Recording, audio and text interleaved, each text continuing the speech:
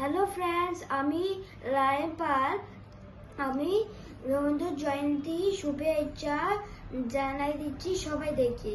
আজকে আমি রবীন্দ্র সঙ্গীত পারফর্ম করব। 1 2 3 1 2 3 সকাতরে ওই কাঁদিছে সকলে